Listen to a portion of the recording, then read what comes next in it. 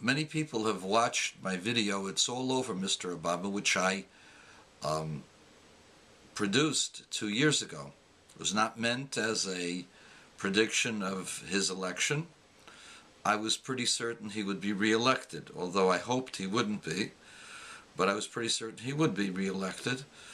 And that's because in the Torah codes, where his name is found as the Nasi, the president, the word Nasi appears twice. So I was certain that he would be elected a second time as president, even though Rabbi Glazerson seems to indicate that he had a code for Mitt Romney as the president. I didn't see it the same way. And as I told you many times, the Torah allows for choices of people. And since people have freedom of choice, the results are dependent upon the choices that people make. I'm not going to say who made choices for whom that caused the election of Barack Obama. It was a very close election. However, all of this is controlled by God anyway. The only thing that I wanted to make clear was that the opposition to Jewish control over Jerusalem and the holy sites will end in failure. And the reason for that is that you cannot force people to do what they don't want. If they're absolutely decided that they're not going to do it, you can't force them. And Barack Obama thinks he can force Jews, he can push Jews around. He doesn't push the Syrians around, doesn't push the Iranians around, but he's going to push Bibi Netanyahu around. He's going to find out that Bibi Netanyahu is not going to be pushed around for something he does not want to do. Bibi is a pragmatic person. Bibi is a person who compromises too much on principle. When it comes to the holy site of Jerusalem and Jewish security, there's no compromise there. There's nothing to compromise. And I also said that it was stated in the Torah that the Jewish people return to the Holy Land, and from that point on, they're going to stay in the Holy Land. The only thing that could possibly take Jews out of the Holy Land is if Jews give those places away. But as long as Jews don't give those places away, they will remain in the Holy Land. And all the machinations and all of the stamping of feet that people have, including that despicable display of academics in Europe and in England, which want to make it as if Jews somehow or other are abusing the Palestinians, all that won't help at all. First of all, one has to ask themselves, how are Jews and other minorities treated in Arab lands, in Muslim lands? And from there, compare how Palestinians are treated by Jews.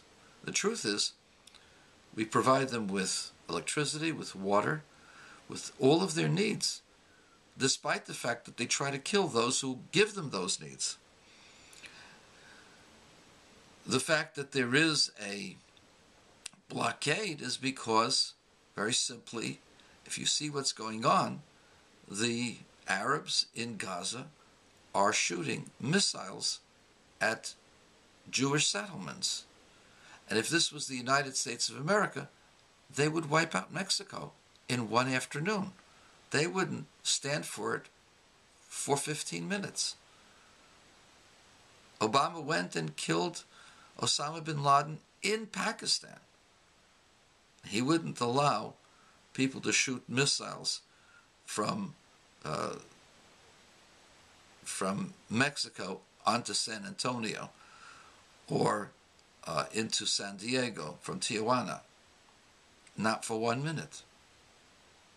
And the reality is that the Jewish people are forced to accept this as part of their reality. Well, comes a point where we won't take it anymore, And we certainly are not going to give the Palestinians any more opportunities to go ahead to try to kill more Jews. This is the reality. As far as Barack Obama's agenda is concerned, that agenda of trying to force Israel into giving away its holy land will end up in failure. That was my prediction. It had nothing to do with whether he would be elected or not. I didn't know whether he would be elected or not. It was 2 years ago. And although I didn't agree with his policies, I have nothing against the president. The president is a nice person. He's a good family man, a decent person who wants to help people. That's the truth. I don't believe that his first sympathies are for the state of Israel, but he is a nice person. I have no doubts about that. The statements in that video were primarily that he would fail in trying to force Israel to give away territory, and that this would trigger events that would not allow him to be successful in his presidency. That was the main purpose of that point.